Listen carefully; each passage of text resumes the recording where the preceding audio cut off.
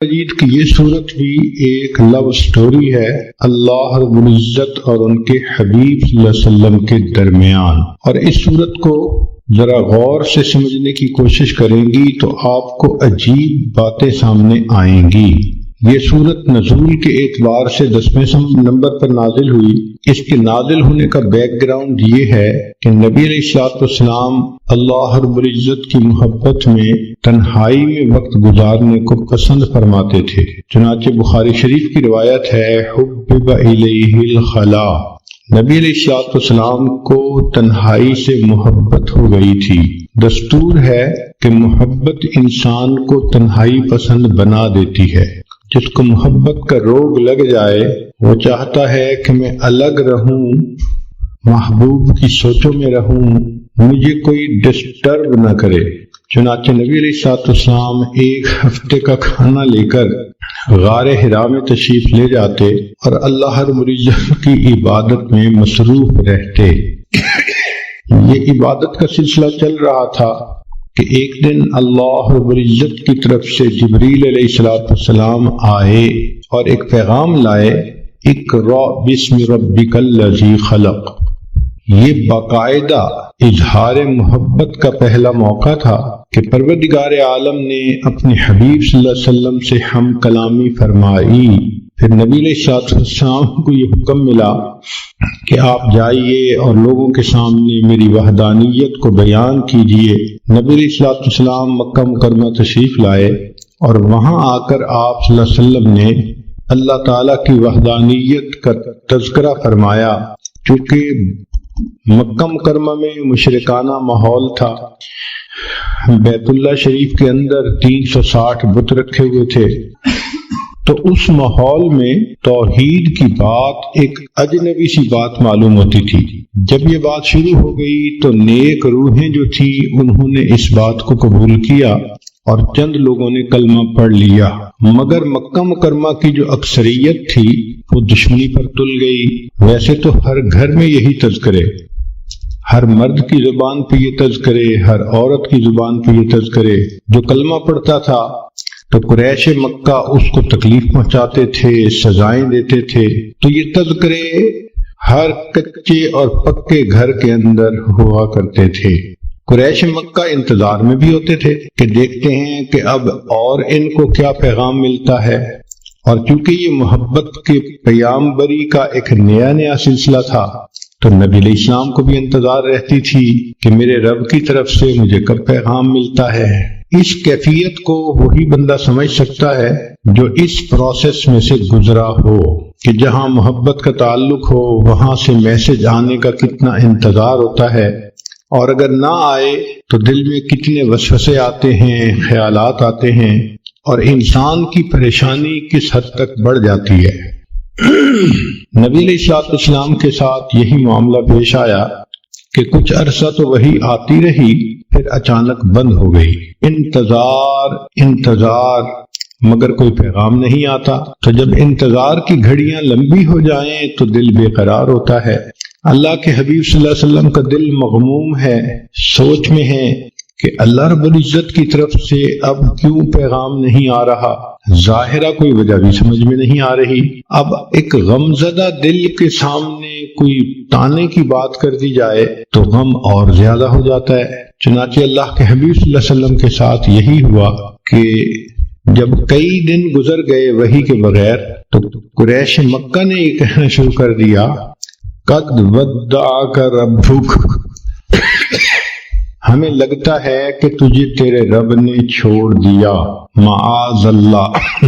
اب یہ بات نبی علیہ الصلوۃ والسلام کے دل پر ایک چوٹ لگا گئی۔ انسان سب کچھ برداشت کر سکتا ہے، محبت کا تانا برداشت کرنا بہت مشکل ہوتا ہے۔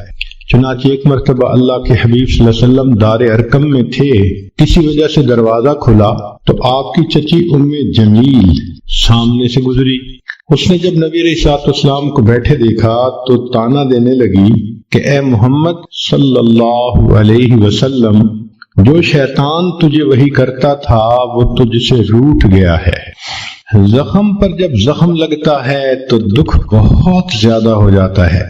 تو اللہ کے حبیب صلی اللہ علیہ وسلم کا دل پہلے مغموم تھا، اس عورت کی بات نے جلتی پہ تیل کا کام کر دیا۔ محبوب صلی اللہ علیہ وسلم کا دل بھر آیا۔ آپ نے دل میں سوچا، اللہ، ان لوگوں نے مجھے ساحر کہا، برداشت کر لیا، مجنون کہا، میں نے برداشت کر لیا، دیوانہ کہا، میں نے برداشت کر لیا، مگر مجھ سے یہ جملہ تو برداشت نہیں ہوتا کہ آپ نے مجھے چھوڑ دیا۔ اے کریم، غار حرا میں اقرأ بسم ربک الذی خلق کے ذریعے محبت کی تار تو آپ نے جوڑی تھی، اب کیوں مجھے تنہا کر دیا کہ لوگوں کے تانے سننے پڑ گئے؟ محبوب صلی اللہ علیہ وسلم کی مبارک آنکھوں میں آنسو ہیں، اور آپ نے اس کرب کی کیفیت میں آسمان کی طرف جو دیکھا تو رب کریم کی طرف سے جبریل علیہ السلام پیغام لے کر آ گئے۔ یہ سورت نازل ہوئی والضحی واللیل اذا سجا۔ ان کی پہلی دونوں آیتوں میں اللہ رب العزت نے قسمیں کھائی ہیں۔ عام دستور یہی ہے کہ جب محبوب کسی وجہ سے روٹھ جائے، اس کو تسلی دینے کے لیے محب کو قسمیں کھانی پڑتی ہیں، یقین دلانا پڑتا ہے۔ ذرا غور کیجئے، محب اور محبوب کی کیا باتیں ہیں کہ رب کریم ارشاد فرماتے ہیں والضحی، دن کی روشنی کی قسم، واللیل اذا سجا، رات جب چھا جاتی ہے اس کی تاریکی کی قسم۔ تو رب کریم نے دو قسمیں کھائیں، ایک دن کے سویرے کی قسم، رات کے اندھیرے کی قسم، دن کے ہنگاموں کی قسم، رات کے سناٹوں کی قسم، دن کی جلوتوں کی قسم، رات کی خلوتوں کی قسم۔ مقصود یہ تھا کہ زمانے کے حالات و واقعات کی قسم کھا کر فرمایا۔ بعض مفسرین نے لکھا کہ جب وحی اترتی تھی اس کو دن سے تشبیہ دی گئی، اور جب وحی بند ہوئی تو اس کو رات سے تشبیہ دی، تو پھر مفہوم یہ بنے گا والضحی واللیل اذا سجا، وحی کے اترنے کی قسم اور وحی کے رکنے کی قسم۔ انسان کی زندگی میں دن بھی ضروری، رات بھی ضروری، دن کام کرنے کے لیے، رات آرام کرنے کے لیے۔ تو بغتانہ مقصود یہ تھا کہ اے میرے حبیب صلی اللہ علیہ وسلم، جس طرح وحی کا اترنا ضروری ہے، کچھ عرصہ کے لیے اس کا رک جانا یہ بھی ضروری ہے تاکہ آپ کو آرام مل جائے۔ لیکن ہمارے بزرگوں میں حضرت اقدس تھانوی رحمۃ اللہ علیہ نے اس کی عاشقانہ تفسیر کی ہے۔ وہ فرماتے ہیں کہ والضحی واللیل اذا سجا، اس کا معنی یہ ہے کہ اے میرے محبوب صلی اللہ علیہ وسلم، والضحی، آپ کے چمکتے چہرے کی قسم، واللیل اذا سجا، اور آپ کی سیاہ زلفوں کی قسم۔ گویا اللہ رب العزت اپنے حبیب صلی اللہ علیہ وسلم کو تسلی دینے کے لیے ان کی قسم کھا کر بات فرماتے ہیں۔ جب محبوب روٹھ جائے تو محب اس کو منانے کے لیے عموماً یہ طریقہ اختیار کرتا ہے کہ تم اپنے خوبصورت چہرے کو دیکھو، تم اپنی زلفوں کو دیکھو، بھلا یہ چہرہ چھوڑنے کے قابل ہے؟ کون اسے چھوڑ سکتا ہے؟ تو ہو بہو یہی معاملہ بنا کہ رب کریم نے فرمایا والضحی واللیل اذا سجا۔ اے محبوب صلی اللہ علیہ وسلم، آپ کے چمکتے چہرے کی قسم، آپ کی سیاہ زلفوں کی قسم۔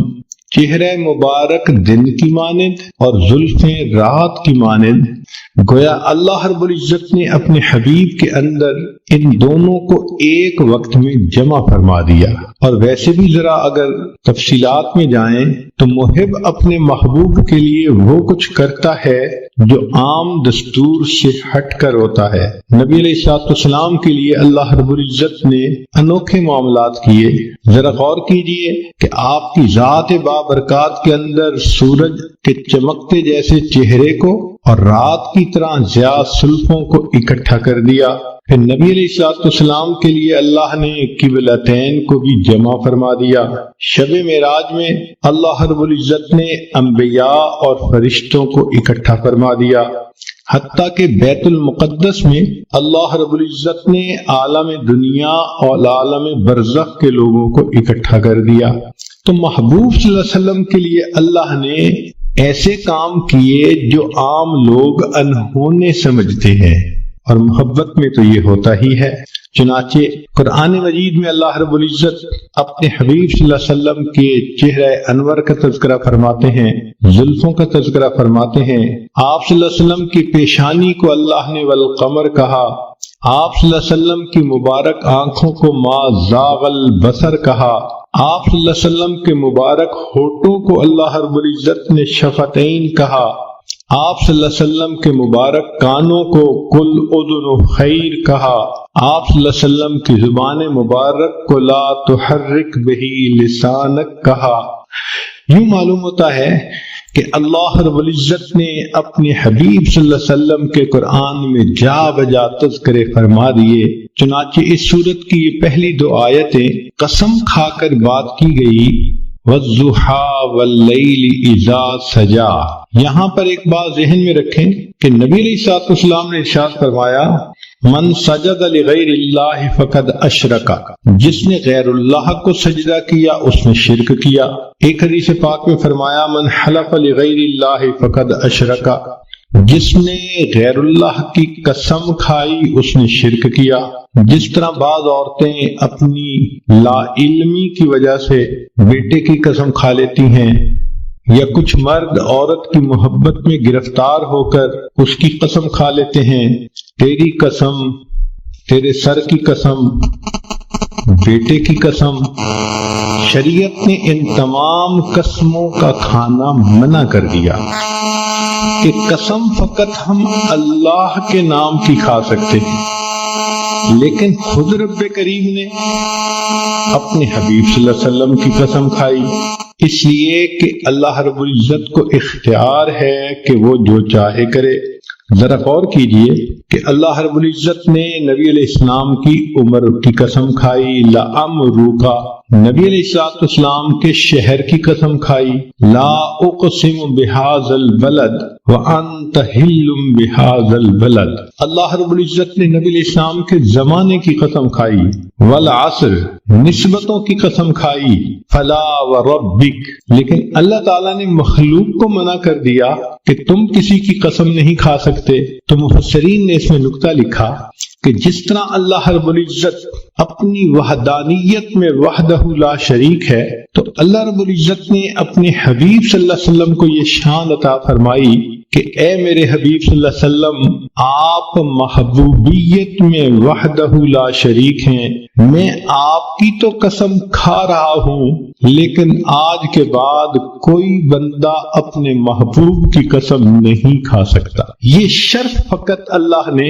اپنے حبیب صلی اللہ علیہ وسلم کو عطا فرمایا کہ جیسے آپ میری وحدانیت میں شرک کو برداشت نہیں کر سکتے، میرے حبیب صلی اللہ علیہ وسلم میں آپ کی محبت میں بھی شرک کو برداشت نہیں کرتا۔ چنانچہ آپ کی قسم تو میں نے کھائی ہے تاکہ آپ کی فضیلت بیان ہو، لوگوں کو منع کر دیا کہ تم اپنے محبوبوں کی قسمیں نہیں کھا سکتے۔ چنانچہ فرمایا، وَالضُّحَىٰ واللیل اذا سجا، آپ کے چمکتے چہرے کی قسم، آپ کی سیاہ زلفوں کی قسم۔ سوچو تو صحیح، بھلا ایسا چہرہ چھوڑنے کے قابل ہو سکتا ہے؟ لہذا فرمایا، ما ودعک ربک وما قلا، آپ تیرے رب نے تجھے چھوڑا بھی نہیں اور تیرے رب نے تجھ سے منہ موڑا بھی نہیں۔ عام طور پہ دنیا میں محب محبوب کے درمیان جدائی کے 2 اسباب ہوتے ہیں۔ پہلا سبب یہ ہوتا ہے کہ حالات ہی ایک دوسرے کو جدا کر دے، اور دوسرا سبب یہ ہوتا ہے کہ کسی بات پہ دونوں میں ناراضگی ہو جائے اور دونوں الگ ہو جائیں۔ تو ایک کو کہتے ہیں چھوڑ دینا حالات کی وجہ سے، اور دوسرے کو کہتے ہیں منہ موڑ لینا ناراضگی کی وجہ سے۔ تو اللہ رب العزت نے اس آیت میں 2 لفظ استعمال کیے، اے میرے چمکتے چہرے والے محبوب، اے سیاہ زلفوں والے محبوب صلی اللہ علیہ وسلم، جس کا چہرہ اتنا خوبصورت، جس کی زلف ہی اتنی خوبصورت، بھلا ایسے محبوب کو کوئی چھوڑ سکتا ہے؟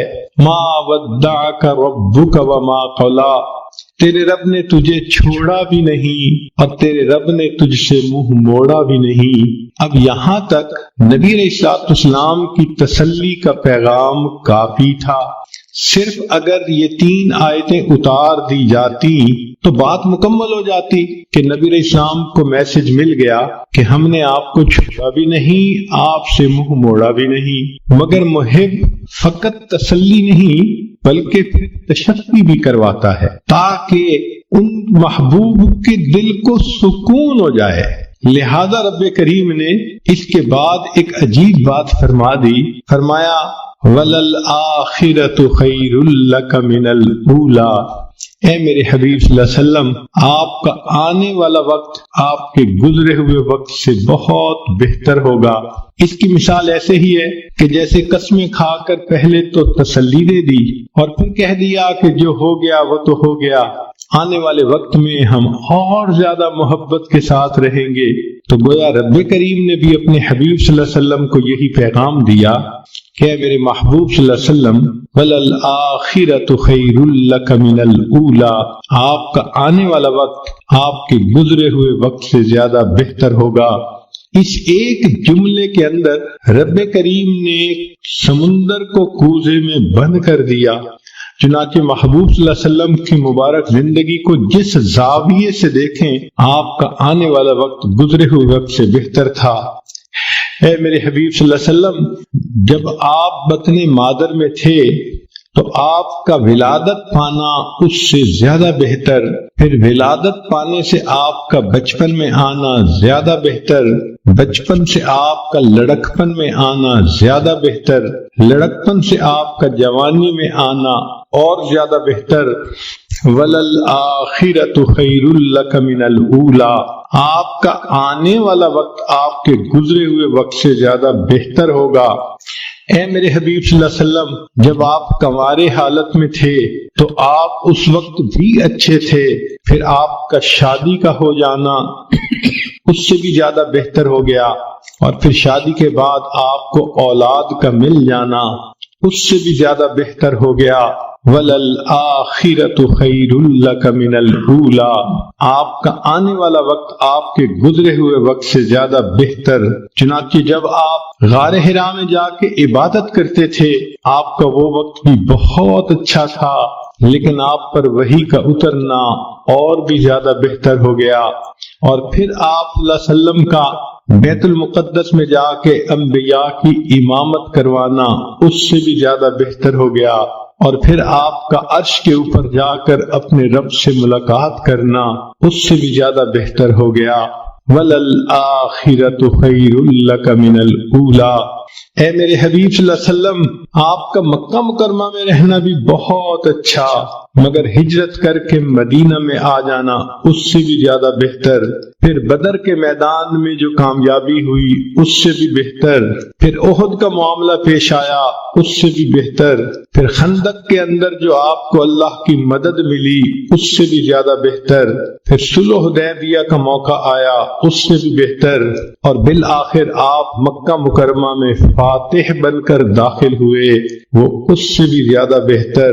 وَلَلْآخِرَةُ خَيْرٌ لَكَ مِنَ الْأُولَى، اے میرے حبیب صلی اللہ علیہ وسلم، آپ کا دنیا کے اندر رہنا بہت اچھا، مگر پھر آپ کا دنیا میں پردہ فرمانا اس سے بھی زیادہ بہتر، پھر آپ کا حشر میں اٹھنا اس سے بھی زیادہ بہتر، پھر آپ کو مقام محمود کا ملنا اس سے بھی زیادہ بہتر، پھر آپ کو شفاعت کا تاج پہنایا جانا اس سے بھی زیادہ بہتر، آپ کا حوض کوثر پہ تقسیم کرنا پانی کو اس سے بھی بہتر، اور آپ کا امت کو لے کر جنت میں داخل ہونا اس سے بھی زیادہ بہتر۔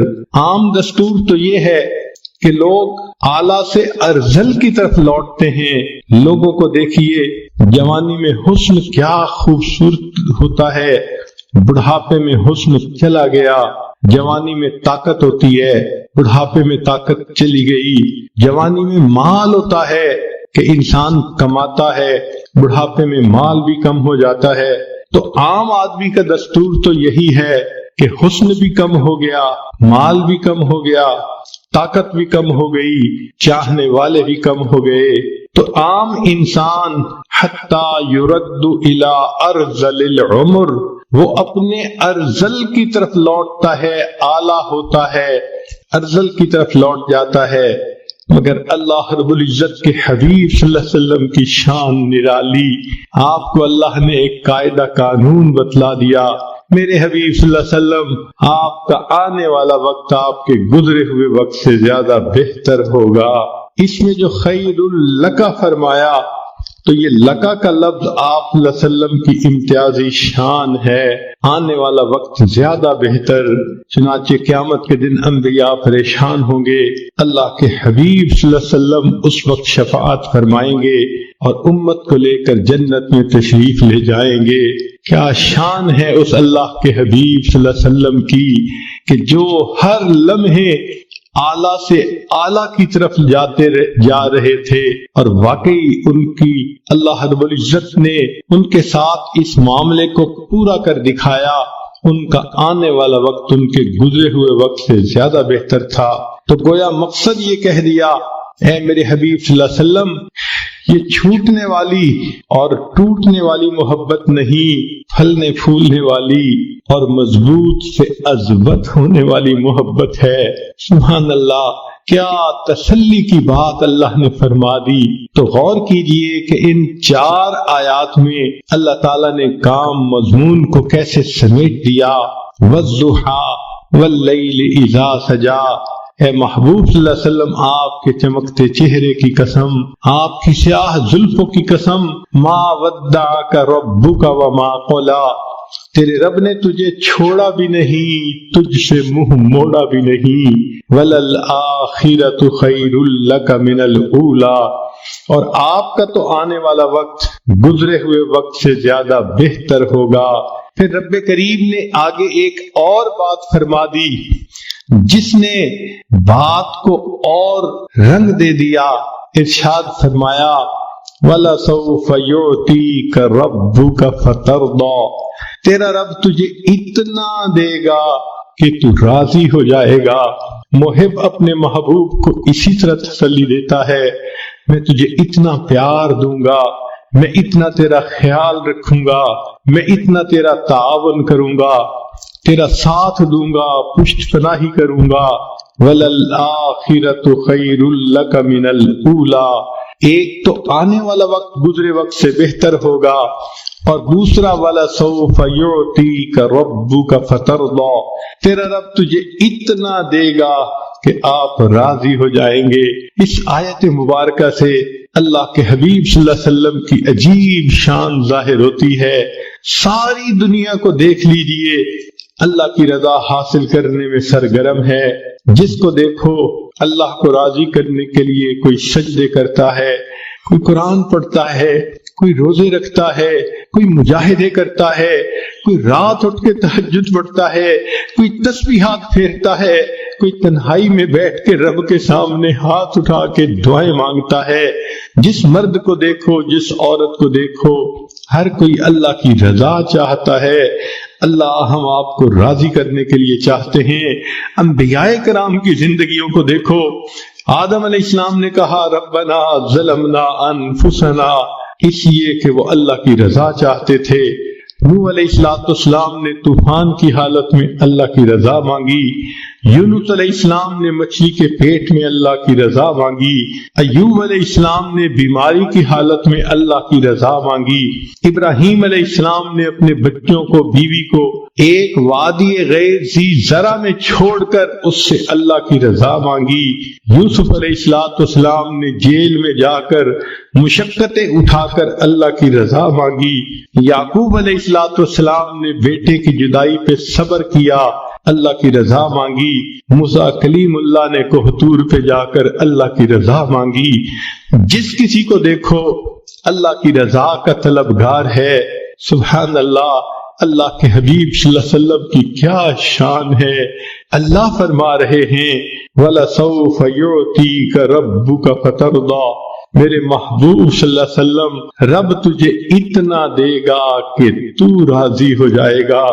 آج ولی کو دیکھو، ابدال کو دیکھو، کسی قطب کو دیکھو، غوث کو دیکھو، ہر کوئی اللہ کی رضا کا طلبگار ہے۔ آج کسی قاری کو دیکھو، حافظ کو دیکھو، عالم کو، مجتہد کو، محدث کو، ہر کوئی اللہ کی رضا کا طلبگار ہے۔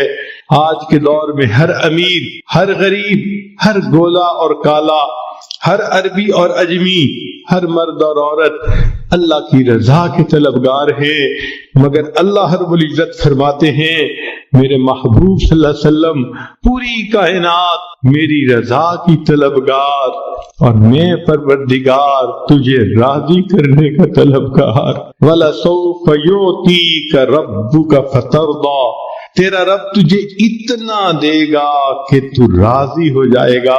محبوب آپ کی مراد کو میں پورا کروں گا، اور اللہ رب العزت نے واقعی ایسا کر کے دکھا دیا۔ چنانچہ محبوب صلی اللہ علیہ وسلم نے انگلی کا اشارہ کیا، اللہ نے چاند کو 2 ٹکڑے کر کے دکھا دیا۔ محبوب صلی اللہ علیہ وسلم کے ہاتھ اٹھتے ہیں، اللہ بارش برسا دیتے ہیں۔ محبوب صلی اللہ علیہ وسلم کی زبان سے ابو ہریرہ لانو کی والدہ کی ہدایت کی دعا نکلتی ہے۔ ابو ہریرہ لانو کے پہنچنے سے پہلے اللہ ان کی والدہ کو ہدایت دے دیتے ہیں۔ محبوب صلی اللہ علیہ وسلم کعبہ کی چوکھٹ پکڑ کے دعا مانگتے ہیں، اللہ عمر لانو کو ایمان کی سعادت دے دیتے ہیں۔ محبوب صلی اللہ علیہ وسلم کی انگلیوں سے اللہ تعالیٰ پانی کے چشمے جاری فرما دیتے ہیں۔ گویا بتلانا یہ محبوب مقصود تھا، اے میرے محبوب دیکھو ساری کائنات میری رضا چاہتی ہے، اور میں آپ کو اپنا محبوب بنا چکا، لہذا میں آپ کو اتنا دوں گا۔ وَلَسَوْفَ يُعْطِيكَ رَبُّكَ فَتَرْضَىٰ، کہ آپ راضی ہو جائیں گے۔ محبوب جو تیری پسند ہوگی وہ میری پسند ہوگی، جو تیرا ہے وہ میرا ہے، جو تیرا نہیں وہ میرا نہیں۔ اس لیے ہمارے اکابر یہ کوشش کرتے تھے مدینہ طیبہ میں جا کر دفن ہونا نصیب ہو جائے تاکہ محبوب کا قرب نصیب ہو۔ ذرا غور کیجئے اللہ نے اپنے حبیب صلی اللہ علیہ وسلم کی تمناؤں کو کیسے پورا کیا۔ ایک نماز 4 رکعت کی ہے، 2 رکعت پڑھی، اللہ رب العزت نے نماز کے ختم ہونے کا انتظار نہیں کیا، عین دوران نماز میں وحی فرما دی، اب آپ کے لیے قبلہ کو ہم نے تبدیل کر دیا گیا۔ چنانچہ نبی علیہ الصلوۃ والسلام نے 2 رکعت پہلے قبلے کی طرف پڑھی اور دوسری رکعت دوسرے قبلے کی طرف پڑھی۔ سبحان اللہ، جب نبی علیہ الصلوۃ والسلام کو اللہ نے راضی کرنے کا فیصلہ فرما دیا تو محبوب کی امت کے لیے یہ بہت بڑی خوشخبری ہے۔ نبی علیہ الصلوۃ والسلام پر جب یہ آیت اتری تو محبوب صلی اللہ علیہ وسلم نے فرمایا کہ اللہ تعالیٰ نے فرمایا ہے میں تجھے راضی کر دوں گا۔ فرمایا میں اس وقت تک راضی نہیں ہوں گا جب تک میرا آخری امتی بھی جنت میں داخل نہیں ہو جائے گا۔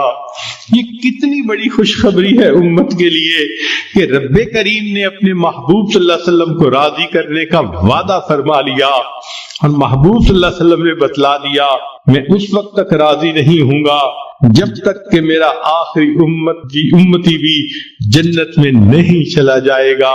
تو رب کریم نے اپنے حبیب صلی اللہ علیہ وسلم کو راضی کرنے کے لیے قرآن مجید میں خوشخبری عطا فرما دی، بلکہ محبوب صلی اللہ علیہ وسلم کے جو یار غار تھے ان کو بھی راضی کرنے کا تذکرہ قرآن میں فرما دیا۔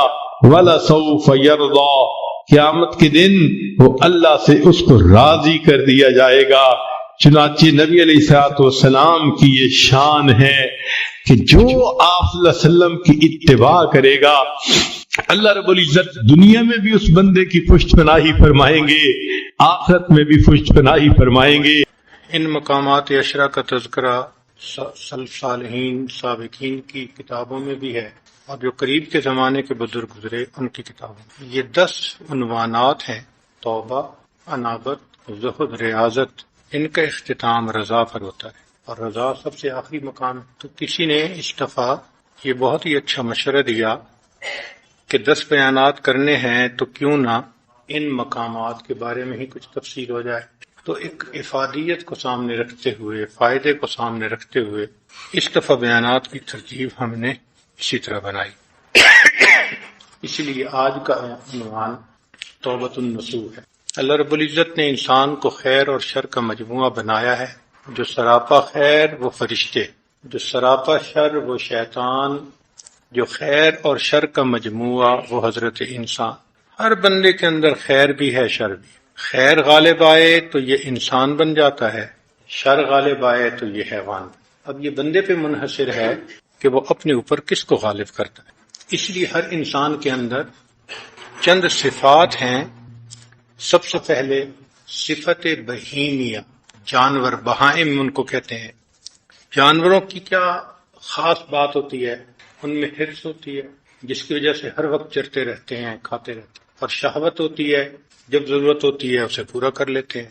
یہ دو چیزیں ان کے ساتھ مخصوص ہیں. تو انسان کے اندر بھی یہ دونوں باتیں آ جاتی ہیں. پھر صفت سبعیہ، درندوں والی صفتیں. مثلاً درندوں میں صفت ہوتی ہے غضب کی، کینہ، ظلم، قتل.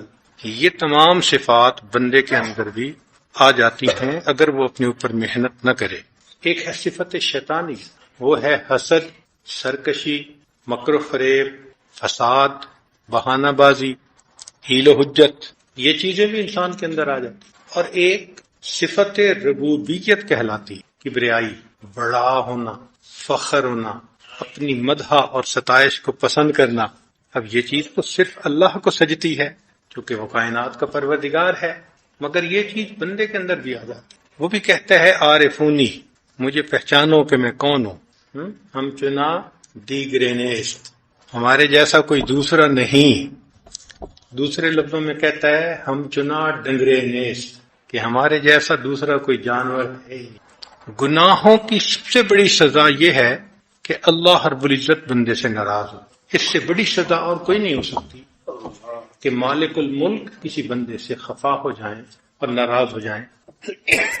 اس لیے گناہوں کی پہلی سزا جو بندے کو ملتی ہے وہ یہ کہ اللہ تعالیٰ مناجات کی لذت سے بندے کو محروم. یہ سب سے ادنا سزا ہے.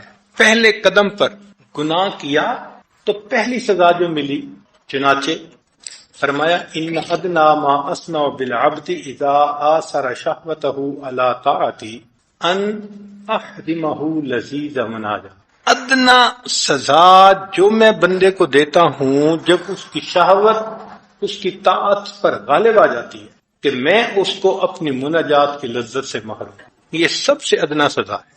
اس سے اوپر پھر انسان کی تکبیر اولیٰ بھی قضا، پھر جماعتیں بھی قضا، پھر دوسرے گناہ شروع ہو جاتے ہیں. بنی اسرائیل کے ایک عالم کا واقعہ لکھا ہے، کسی گناہ میں ملوث ہو گئے. اب عالم تو تھے، جانتے بھی تھے کہ اس کی سزا ہوتی ہے، تو وہ بڑا دیکھتے تھے کہ میرے گناہ کی سزا کیا ہے، مگر انہیں ہر چیز ایسے ہی تھی جیسے پہلے. تو 1 سال کے بعد وہ یہ کہنے لگے کہ یا اللہ، میں تو گناہ میں پھنس گیا، مگر آپ کتنے مہربان ہیں کہ آپ نے میرے اوپر سب نعمتیں اسی طرح برقرار رکھی ہوئی ہیں. اللہ تعالیٰ نے ان کے دل میں ڈالا کہ میرے بندے تجھے دھوکہ لگا، ذرا غور کر، جس دن سے تو اس گناہ میں ملوث ہوا میں نے رات کے آخری پہر میں جو مناجات کی لذت تھی اس سے تمہیں محروم کر دیا. پھر انہوں نے سوچا کہ پورا سال کبھی دعا میں رونا ہی نہیں آیا. یہ چھوٹی سزا تو نہیں ہے نا کہ اللہ تعالیٰ دعاؤں کا رونا ہی چھین لے کسی بندے سے. یہ پہلے قدم پر ہوتا ہے. اس لیے بعض لوگ کہتے ہیں جی ہمیں تو رونا آتا ہی نہیں. بھائی یہ چشمے اگر خشک ہو جائیں تو پھر اپنی قسمت پہ روئے بندہ، ورنہ جب دل کو لگی ہوتی ہے تو پھر انسان کے آنسو خود بہت گرتے ہیں. جس ماں کا جوان بیٹا فوت ہو جائے اس کو رلانے کے لیے مرثیہ خانے کی ضرورت ہوتی ہے. اس کا دل رو رہا ہوتا ہے، اس کی آنکھوں سے ٹپ ٹپ آنسو گر رہے ہوتے ہیں. تو جس کا دل غم زدہ ہو جائے پھر اس کی آنکھوں سے یہ ندامت کے آنسو گرنے آسان. دوسری بات، ایک تو اللہ تعالیٰ عبادات کی لذت چھین لیتے ہیں، دوسرا اعمال کی توفیق بھی چھین لیتے ہیں. تلاوت کو دل نہیں کرتا، نفلوں کو دل نہیں کرتا، تہجد میں نہیں اٹھا جاتا، اعمال کی توفیق ہی چھینتی چلی گئی. نماز با جماعت چھوٹنا بھی کسی نہ کسی گناہ کی سزا ہوتی. یہ نہ سوچیں کہ ہم نہیں جماعت میں گئے، ہمیں جاننے نہیں دیا گیا، ہمیں پہنچنے نہیں دیا. یہ نہیں کہ ہم تہجد میں نہیں اٹھتے، نہیں، اللہ تعالیٰ ہماری شکل ہی نہیں دیکھنا پسند کرتے، اٹھنے ہی نہیں دیتے. فرشتوں کو بھیجتے ہیں، وہ تھپکی دے دے کے بندے کو سلا دیتے ہیں. تیسرا، رزق میں تنگی. ومن اعرض عن ذکری فإن له معیشۃ ضنکا. حدیث پاک میں ہے ان العبد لیحرم الرزق بالذنب یصیبہ. جو انسان گناہ کرتا ہے اس گناہ کے ذریعے جو رزق اس کو پہنچنے والا ہوتا ہے اللہ اس رزق سے اس کو محروم. اور آج رزق کی پریشانی کی باتیں اکثر و بیشتر ہیں، ان کی وجہ ہمارے اپنے گناہ ہوتے ہیں. پھر تیسرا مخلوق میں ذلت. سیدہ عائشہ صدیقہ رضی اللہ عنہا حدیث پاک کی روایت فرماتی ہیں کہ جب بندہ اللہ تعالیٰ کی نافرمانی کرتا ہے تو تعریف کرنے والا بھی اس کی حجب کرنے لگ جاتا ہے. جو تعریفیں کرتے ہیں وہی بد تعریفی کرنی شروع کر دیتے ہیں. بیوی کی زبان سے الٹی باتیں، بچوں کی زبان سے باتیں، قریبی رشتہ داروں کی، دوستوں کی. اللہ اکبر. مالک الملک کی نافرمانی کر کے سکھ کا سانس نہیں بندہ لے سکتا. اللہ تعالیٰ بھی اس کو دنیا میں خوب سزا دیتے ہیں. اور ایک یہ بھی سزا کہ اللہ تعالیٰ اس کے ماتحت لوگوں کو نافرمان بنا دیتے ہیں. بیوی نافرمان بن جاتی ہے، اولاد نافرمان بن جاتی ہے، نیچے کام کرنے والے ورکر نافرمان بن جاتے ہیں. اور تو اور فضیل بن عیاض رحمۃ اللہ علیہ فرماتے تھے کہ میں اپنے گناہوں کے اثر کو اپنی سواری کے جانور میں محسوس کر لیتا ہوں کہ جب میں گناہ کا ارتکاب کرتا ہوں سواری کا جانور بھی میری بات نہیں مانتا. اسرائیلی روایت ہے کہ سلیمان علیہ السلام نے نئی قمیص پہنی تو اس کو تعجب سے ذرا دیکھا، تیز ہوا چلی اور چادر کا پلہ اٹھ گیا تو آپ کو بڑا غصہ آیا. ہوا نے چادر کا پلہ ہٹایا تو ہوا سے پوچھا کہ تم نے ایسا کیوں کیا؟ اس نے کہا کہ ہم اس وقت تک فرما بردار ہیں جب تک آپ اللہ کے مطیع. اللہ اکبر. تو مخلوق اس وقت تک فرما بردار جب ہم اپنے مالک کے فرما بردار. اس کو کہتے ہیں عدلے کا بدلہ. آج جس سے پوچھ لو اولاد کے شکوے، جی اولاد افلاطون بن گئی ہے، کوئی سنتا ہی نہیں. ہم خدا کی نہیں سنتے، اولاد ہماری نہیں سنتی. اگر ہم اللہ رب العزت کے فرما بردار بن جاتے اللہ ماتحتوں کے دلوں کو ہمارے سامنے مسخر فرما دے. اور ایک اور چیز کہ گناہ کرنے پر بندے پر لعنت برستی. کبھی غور کیا اس پر کہ لعنت برسنے کا کیا معنی ہوتا ہے؟ لعنت برسنے سے کیا مراد ہوتی ہے؟ لعنت برسنے سے مراد یہ ہوتی ہے انسان ایک گناہ سے نکل کر دوسرے گناہ میں داخل ہو جائے. چھوٹے گناہ سے نکلتا ہے اس سے بڑے میں داخل ہو جائے، پھر اس سے نکلتا ہے اس سے بھی بڑے میں. اس کو لعنت کہتے ہیں. اللہ تعالیٰ کی طرف سے اللہ فرماتے ہیں نا ظالموں کے اوپر لعنت، الا لعنت اللہ علی الظالمین. اس کا یہ معنی. اس لیے گناہوں کو چھوڑ دینا یہی ہمارے پاس آپشن ہے. گناہوں کو چھوڑنے کا دوسرا نام ہے توبۃ النصوح. شرعاً مذموم کی طرف سے محمود کی طرف رجوع کرنا، اس کو توبہ کہتے ہیں. عمر بن الخطاب فرمایا کرتے تھے توبۃ النصوح ان تتوب الرجل من العمل السیئ ثم لا يعود فیہ ابدا ولا يريد ان يعود فیہ. کہ بندہ گناہ کو چھوڑے پھر لوٹنے کی نیت ہی نہ ہو، ارادہ ہی نہ ہو. فرماتے ہیں حدیث مبارکہ کہ ان یتوب ثم لا يعود الى الذنب الى ان يعود اللبن في الضرع. کہ جس طرح دودھ تھن میں واپس نہیں جا سکتا اس طرح سچی توبہ کرنے والا بندہ پھر گناہ کے اندر واپس نہیں لوٹ سکتا. قول الواسطی فرماتے ہیں التوبۃ النصوح لا يبقى على صاحبها اثر من المعصیت سرا ولا جہرا. کہ توبۃ النصوح کہتے ہیں کہ بندے پر معصیت کا کوئی نشان ہی نہ رہے، نہ کھلے عام نہ خفیہ. اور تفسیر القرآن تستری میں لکھا ہے کہ التوبۃ النصوح ان تترک الذنب کما اتیتہ وتبغضہ کما احببتہ. کہ جس طرح تو نے گناہ کرنا شروع کیا اس طرح اس کو چھوڑ دے، اور جس طرح گناہ تجھے اچھا لگتا تھا اب اس سے نفرت کرنی شروع کر دے. اس کو توبۃ النصوح کہتے ہیں. بعض نے فرمایا کہ ان تجد المرارۃ فی قلبک عند ذکر الذلۃ. وہ جو گناہ کا تذکرہ ہے نا جب یاد آئے تو اس وقت بندے کو ایک دل کے اندر ندامت اور تکلیف محسوس ہو. کما کنت تجد الراحۃ عند فعلها. جس طرح کرتے ہوئے تجھے راحت ہوتی تھی. تو اس کو توبۃ النصوح کہتے ہیں. جو انسان توبۃ النصوح کرتا ہے وہ پھر مستقل استغفار میں ہی لگا رہتا ہے. ابن عباس عنہ فرماتے ہیں کہ التوبۃ النصوح ہی الاستغفار باللسان. توبۃ النصوح زبان سے استغفار کرنا، والندم بالجنان دل سے نادم ہونا، والاقلاع بالارکان اور اعضاء سے گناہوں کا چھوڑ دینا. ذنون مصری رحمۃ اللہ علیہ فرماتے ہیں کہ التوبۃ النصوح یا ادمان البقاء علی ما سلف من الذنوب، کہ جو گناہ کر چکا اس پر رونا تڑپنا، اس کا نام توبۃ النصوح ہے۔ اور یہ توبہ فی الفور واجب ہوتی ہے۔ اس میں ہم بہت کوتاہی کرتے ہیں۔ ہم سمجھتے ہیں کہ جو گناہ ہم نے بچپن یعنی جوانی میں کیے، اب بڑھاپے میں توبہ کر رہے ہیں، توبہ ہو گئی۔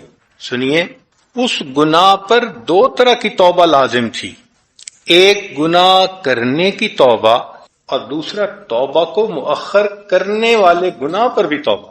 تو تاخیر بھی ایک گناہ ہے، توبہ فی الفور واجب ہوتی ہے۔ اور اس کا مداوع یہ ہے کہ انسان نیکی میں خوب دل لگائے، اتبع السیئۃ الحسنۃ تمحوھا، برائی کے بعد اگر نیکی کرے تو وہ نیکی اس برائی کے اثرات کو دھو دیتی ہے۔ بنیۃ الطالبین میں ایک حدیث مبارکہ نقل کی گئی ہے کہ نبی علیہ السلام نے ارشاد فرمایا، میں نے قدیم گناہوں کے مقابلے میں جدید نیکی سے بڑھ کر کسی چیز کو اچھا نہیں پایا۔ میں نے قدیم گناہوں کے مقابلے میں جدید نیکی سے بڑھ کر کسی چیز کو اچھا نہیں پایا۔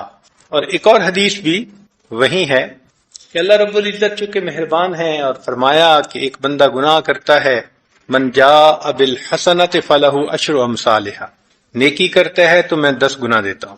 تو فرماتے ہیں کہ بندہ گناہ کرتا ہے، لکھا جاتا ہے، پھر گناہ کرتا ہے، پھر گناہ کرتا ہے، حتیٰ کہ 5 گناہ ہو جاتے ہیں۔ پھر اس کے بعد ایک نیکی کرتا ہے، اللہ تعالیٰ فرشتے کو حکم فرماتے ہیں کہ اس بندے کے پہلے 5 گناہوں کو معاف کر کے باقی 5 نیکیاں لکھ دو۔ حالانکہ نیکی ایک کی ہوتی ہے، لیکن چونکہ 10 گنا اجر کا وعدہ ہے تو ایک نیکی پر 5 گنا معاف کروا کر بقیہ 5 نیکیاں اس کے نام اعمال میں لکھوا دی جاتی۔ عبداللہ ابن مسعود رضی اللہ عنہ فرماتے تھے کہ جنت کے 8 دروازے ہیں، ہر دروازہ کھلتا بھی ہے بند بھی ہوتا ہے، سوائے باب التوبہ کے کہ اللہ رب العزت اس کو کبھی بند نہیں ہونے دیتا۔ چنانچہ البدایہ الی بلوغ النہایہ تفسیر ہے مکی، ابو طالب مکی رحمۃ اللہ علیہ کی، اس میں ایک حدیث انہوں نے کوٹ کی ہے اور اس کے راوی ہیں حضرت ابن مسعود رضی اللہ تعالی عنہ۔ وہ فرماتے ہیں ان نبی صلی اللہ علیہ وسلم قال وهو فی جماعت من اصحابہ، صحابہ کی جماعت تھی، اللہ کے محبوب صلی اللہ علیہ وسلم موجود تھے، تو فرمایا اتدرون من التائب، جانتے ہو کہ تائب کون ہوتا ہے؟ انہوں نے کہا اے اللہ کے نبی صلی اللہ علیہ وسلم ہم نہیں جانتے، آپ بتلا دیجئے۔ قال فرمایا اذا تاب العبد ولم يرضخ سماؤه فليس بتائب، کہ جو بندہ توبہ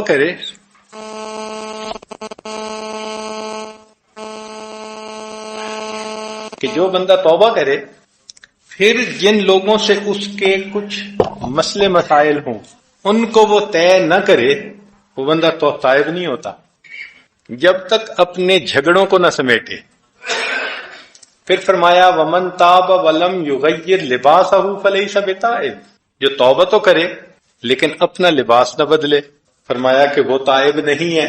ومن تاب ولم یغیر مجلسہ فلیس بتائب، جو توبہ کرے اور اپنی مجلس تبدیل نہ کرے، نیکوں کی مجلس کو اختیار نہ کرے، وہ تائب نہیں ہوتا۔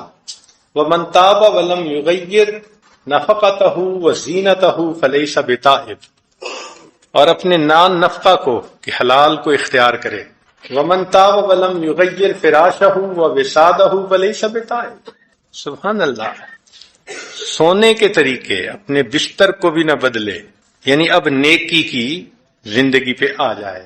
ومن تاب ولم یوسع خلقہ فلیس بتائب، جو توبہ کرے اور اپنے اخلاق کو اچھا نہ کرے وہ بھی تائب نہیں ہوتا۔ ومن تاب ولم یوسع قلبہ وکفہ فلیس بتائب، اپنے دل کو بڑا نہ کرے تائب نہیں ہوتا۔ ثم قال النبی صلی اللہ علیہ وسلم فإذا تاب عن هذه الخصال فذلك تائب حقا، جو یہ اعمال کرے وہ بندہ سچی توبہ کرنے والا ہوتا ہے۔ اللہ اکبر کبیر۔ توبہ 3 طرح کی ہوتی ہے، ایک ہوتی ہے گناہ سے نیکی کی طرف توبہ، یہ ہم عوام کے لیے ہے کہ گناہوں کو چھوڑیں نیکی کی طرف آئیں۔ اس کے بارے میں اللہ فرماتے ہیں والذین اذا فعلوا فاحشۃ، یہ ان کے بارے میں تذکرہ ہے۔ ایک ہے چھوٹی نیکی سے بڑی نیکی کی طرف آنا، اور چھوٹی نیکی پر توبہ کرنا، اس کے بارے میں موسیٰ علیہ السلام نے جیسے فرمایا تھا انی تبت الیک، تو وہ تو اللہ کے پیغمبر تھے، تو اس تبت الیک سے معنی یہ تھا کہ ایک چھوٹے عمل سے بڑے عمل کی طرف وہ آ گئے تھے۔ اور ایک تیسری ہوتی ہے کہ انسان کی جب ترقی ہوتی ہے اور وہ پچھلے مقام کو دیکھتا ہے اور آگے اللہ نے کیا نعمت عطا فرمائی، تو پھر وہ پچھلے مقام پر بھی توبہ کرتا ہے۔ اور اس کی مثال اللہ کے حبیب صلی اللہ علیہ وسلم فرمایا کرتے تھے اِنَّهُ لَيُغَانُ عَلَىٰ قَلْبِي، میرے دل کے اوپر بھی ایک پردہ آ جاتا ہے۔ اور وَإِنِّي كُنْتُ لَأَسْتَغْفِرُ اللَّهَ فِي كُلِّ يَوْمٍ 70 مرة، میں بھی دن میں 70 مرتبہ اللہ کے سامنے استغفار کرتا ہوں۔ تو یہ استغفار کیا تھا؟ دل کے اوپر ایک ایسی کیفیت آتی تھی، وہ کیفیت کیا تھی کہ پچھلے مقام سے اگلے مقام پہ ترقی ہوتی تھی، تو پھر پچھلے مقام پہ میں کیوں رہا اس پہ بھی توبہ کرتے تھے۔ اللہ اکبر کبیر، ہر لمحے اللہ والوں کی ترقی ہوتی ہے۔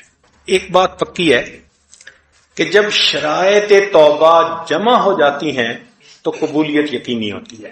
یہ بات اچھی طرح ذہن میں بٹھا لیجئے کہ جب شرائط توبہ جمع ہو جاتی ہیں تو قبولیت کیا ہوتی ہے؟ یقینی ہو جاتی ہے۔ ایسی بات نہیں ہے کہ بھئی جیسے احادیث میں بتلایا گیا ان شرائط کے مطابق کوئی بندہ توبہ کرے اور پھر کہ جی قبول نہیں ہوئی، ایسی بات نہیں ہے۔ یہ دنیا کے مسئلے نہیں ہیں کہ آپ ساری کاروائیاں پوری بھی کر دیں اپروول پھر بھی نہیں ملے گی۔ کیوں؟